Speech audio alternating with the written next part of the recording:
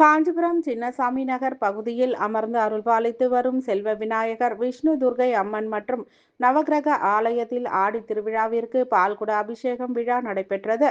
காஞ்சிபுரம் வேலிங்கப்பட்டறை சின்னசாமி நகர் பகுதியில் அமர்ந்து அருள்பாலித்து வரும் அருள்மிகு செல்வ விநாயகர், விஷ்ணு துர்க்கை அம்மன் மற்றும் நவக்கிரக ஆலயத்தில் ஆடி திருவிழா விமர்சையாக நடைபெற்றது. இதில் ஆலடி பிள்ளையார் கோவில் தெருவில் உள்ள பணமுடீஸ்வரர் ஆலயத்தில் இருந்து பால்குடம் புறப்பட்டு பல்வேறு வீதிகளில் வீதி உலா வந்து துர்க்கை அம்மனுக்கு பக்தர்கள் திருக்கரங்களாலேயே அபிஷேகம் நடைபெற்றது. இதனைத் தொடர்ந்து பால்குடம் எடுத்து வந்த பக்தர்களுக்கு ரவிகை, மஞ்சள், குங்குமம் உள்ளிட்ட பிரசாதங்கள் வழங்கப்பட்டது. விழா ஏற்பாடுகளை சின்னசாமி நகர் பொதுமக்கள் இணைந்து சிறப்பாக செய்திருந்தனர்.